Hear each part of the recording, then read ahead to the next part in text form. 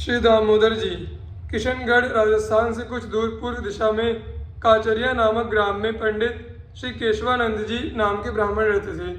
इनके यहाँ श्री युगल किशोर की उपासना थी। इन्हीं की कृपा से पंडित जी को दामोदर नामक पुत्र प्राप्त हुआ। पूर्व संस्कारों के प्रभाव से कुमारावस्था में ही इन्हें वैष्णव धर्माचरण में निष्ठा हो गई और आप भजन पाठ में लग गए। पिता माता ने एक सुशील कन्या के साथ विवाह कर दिया। इससे इनकी उपासना में बाधा न हुई। पत्नी पतिव्रता एवं भक्ता थी। एक बार आप पुष्कर राज को गए। वहां आपको श्री हरिव्यास देव जी के दर्शन मिले। आपने उनकी शरण ग्रहण कर उनसे मंत्रोपदेश एवं उपासना की विधि प्राप्त की। गुरु आज्ञा से आप घर आए। आपको एक पुत्र और एक कन्या हुई।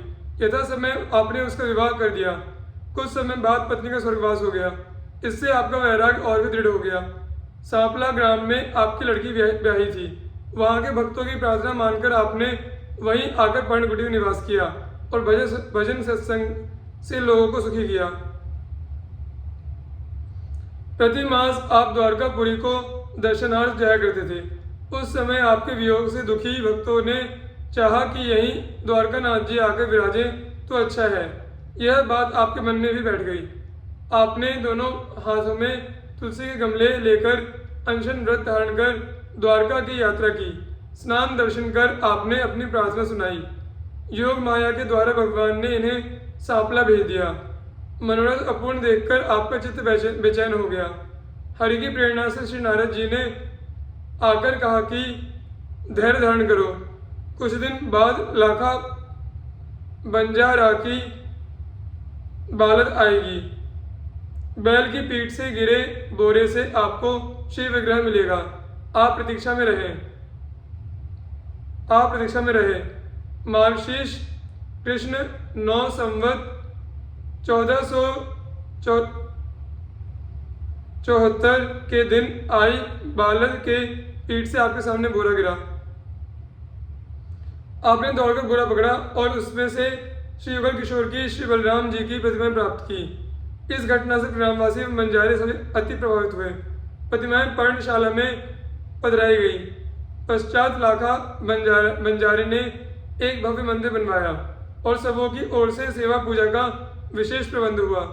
आपने बड़े लाड़ चाव के साथ सेवा की। प्रतिवर्ष भाद्र शुक्ल एकादशी को जल यात्रा का उत्सव होता है। श्री दामोदर जी की भक्ति के प्रभाव से जीवों का कल्याण हुआ। श्री मायानंद जी आनंदमय श्री मायानंद जी गुरु गोविंद के सामने ही संतों का भी सत्कार किया करते थे। अपने को भक्तों का दासानुदास कहते थे। एक बार आपको एक बहुत बढ़िया बारीक चादर ओढ़े देखकर एक साधु ने व्यंग करते हुए कहा कि सेवक का यह धर्म नहीं कि स्वामी को उघारा रहने दे और स्वयं चादर ओढ़े। यह सुनकर आपने कहा कि यह चादर तो भगवान ने हमें ही ओढ़ने को कहा है। इस पर उसने कहा, यदि ऐसा है तो आपको तो भगवान दूसरी भी दे देंगे। यह चादर हमें दे दीजिए।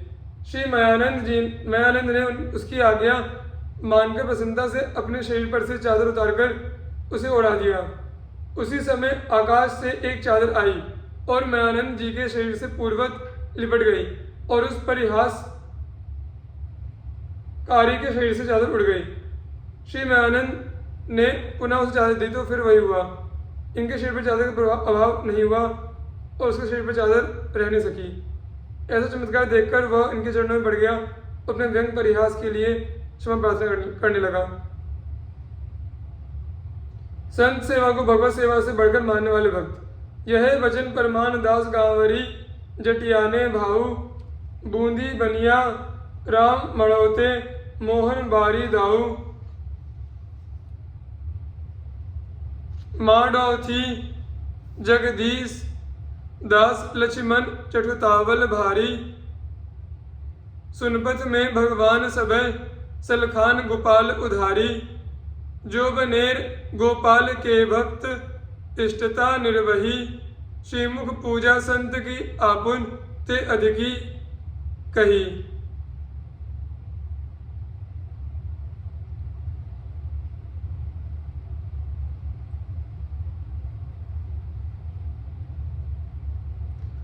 भगवान ने अपने श्रीमुख से अपने भक्तों की पूजा को अपनी पूजा से श्रेष्ठ कहा है। इसी वचन को प्रमाण मानकर इन भक्तों ने संतों की सेवा को भगवान की सेवा से बढ़कर माना और किया। गांवरी ग्राम के श्रीदास जी, जटियाने के श्री भावजी, बूंदी के रामदास जी, मंडौते के श्री मोहन बारी जी और श्री दाव जी, माडौठी के श्री जगदीश दास जी, चटुथावल के श्री लक्ष्मण जी, सुनपथ के श्री भगवान नामक भक्त ने संतों की सेवा की। श्री गोपाल जी ने संपूर्ण सलखान गांव का उद्धार संत सेवा के प्रताप से किया।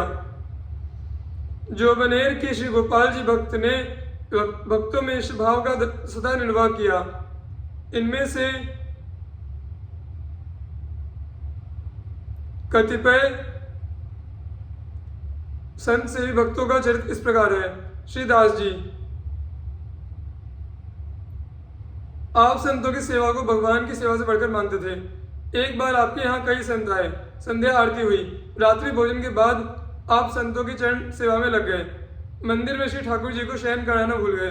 प्रातःकाल मंगला के समय आप मंदिर में जाने लगे तो मंदिर के किवाड़ भीतर से बंद मिले। प्रयत्न करने पर किवाड़ नहीं खुले। तब आप बड़े असमंजस में पड़ गए। इतने में आकाशवाणी हुई, अब किवाड़ नहीं खुलेगी, मेरी सेवा रहने दो, अब संतों की ही सेवा करो। मैं रात भर सिंहासन पर खड़ा रहा हूँ, तुमने मुझे शयन नहीं कराया। यह सुनकर दास जी ने सरल भाव से निवेदन के, प्रभु संत सेवा में लगे रहने के कारण यदि आपकी सेवा में चूक हुई तो आपके नाराज होने का भय मुझे बिल्कुल नहीं है। आपकी सेवा में लगा रहूं और संत सेवा में भूल चूक हो जाए तब मुझे आपकी नाराजगी का भारी भय है। यह सुनते प्रभु प्रसन्न होकर किवाड़ खुल गए।